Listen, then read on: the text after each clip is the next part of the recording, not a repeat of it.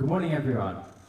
Firstly, I want to apologise. Normally these TEDx talks are full of zest and wonder for our uncertain future, and we are urged to create, innovate, and even recalibrate ourselves. Well, today I want to look back the other way, at the values of our past and their importance for our future.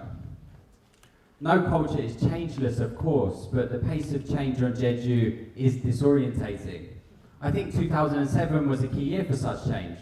Not only was it the year I arrived on the island, but it was also the year Jeju was designated as UNESCO World Natural Heritage. The population in 2007 was around 560,000, and there were about 5.5 million tourists. By 2020, there'll be 700,000 islanders and 20 million tourists. Skyscrapers, naval bases, cruise ports, and new airports are transforming the landscapes and our relationships with the natural world.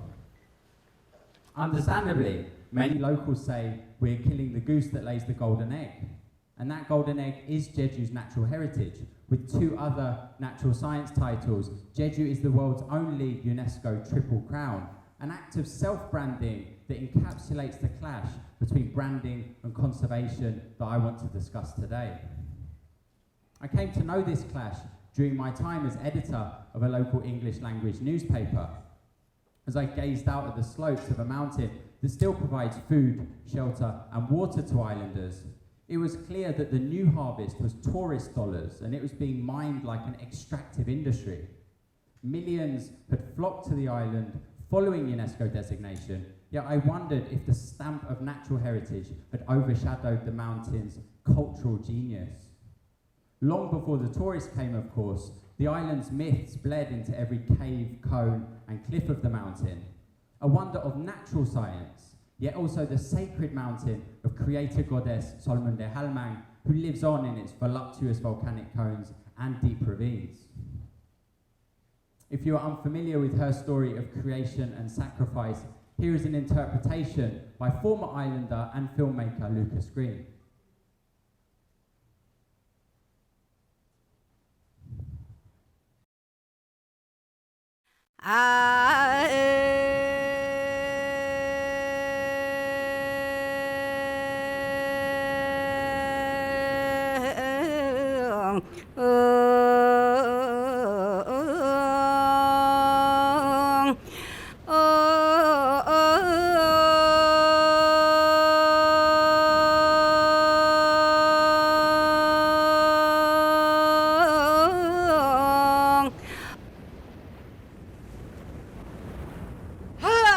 샤나 이것도 오름되고 저것도 오름되고 하나민 나손 하나민 돌멩이도 하나여 나삽 하나민 흙도 하나 돌도 하나 오름이 되어 가는구나 산도 되어 가는구나 이 산이여 저 산이여 어기야차 두러마야 어샤 어샤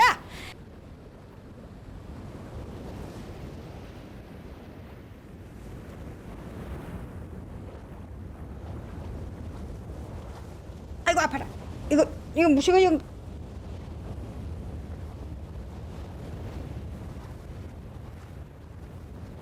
저 산방산이 되었니 아이고 맨들한 분한 참 우리 제주도 아름답기도 하고 시원하고 아이고 이 사면이 바닥이 그냥 확 둘러싸인 허나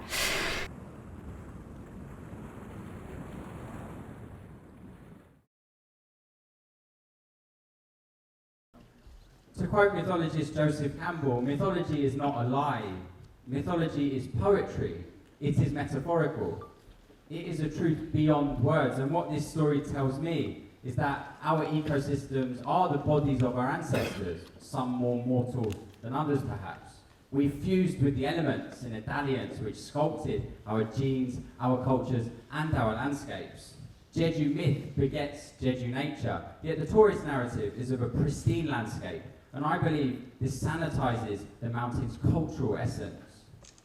It may seem churlish to decry world heritage, yet I believe the separation of nature and culture within the convention text actually recalls a worldview which saw wilderness as terra nullius, or nobody's land. Alternative realities to scientific discourse were excluded, such as native peoples at Yellowstone National Park. We have come a long way since then, of course, but culture has not yet been fully redeemed.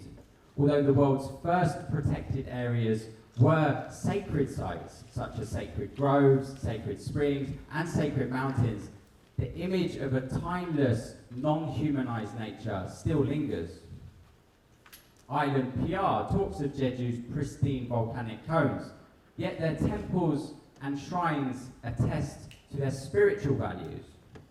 Jeju's Gotjawal woodlands, often spoken of as primeval, are actually coppiced gardens providing food, fuel and shelter and a rich mythology. Jeju's animistic traditions thrive on Halla's slopes, yet we are told about only the children's fairy tale element at the National Park Office and the World Heritage Centre.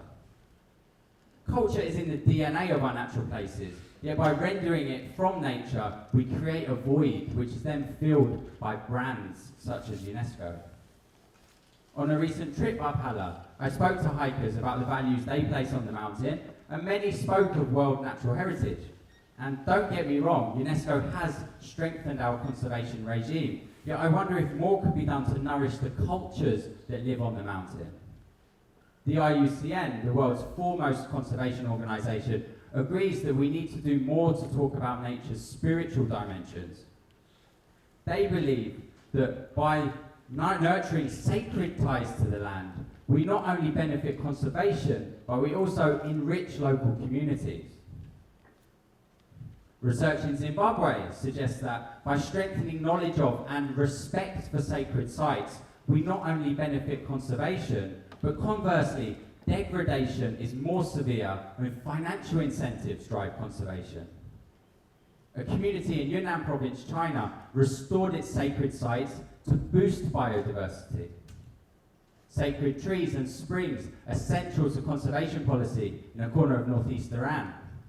And Fujisan, Japan, perhaps exemplifies how the sacred could be integral and central to conservation. And for those who say that Jeju's traditional worldview is fading, please note that amidst all this change, many Jeju elders still refer to the mountain by her original name of Halmang, or grandmother. Thankfully, this rich heritage is far deeper than the mountain's height. Back in the early 90s, when developers wanted to build a cable car right to the peak of the mountain, it was the Jeju elders who spoke out loudest. Would you drive a stake through your mother's breast? And here is why this is so important. Because in seeking to halt human destructiveness of an imagined purity, we actually propagate a worldview that damages both nature and culture by driving them further apart. I believe this goes to the heart of where we want our society to be. Edmund Burke said that the social contract is not just a partnership between the living, but also a partnership with those who have died and those who have yet to be born. And this is the essence of sustainability as well. Cultures and religions change incessantly, yet they are also deeply rooted in our landscapes and our communities. They may not be as easily monetized, yet they give depth to the UNESCO veneer, and for that reason they must be central to it. So, next time you look up at Halla, do not think natural heritage. Think of the sacred cultural heritage of Jeju Islanders, past, present, and future. Because despite what you have been told, Jeju is not a new wonder of nature. Jeju is an ancient marvel of human culture, and we all have a role to play in its future. Thank you.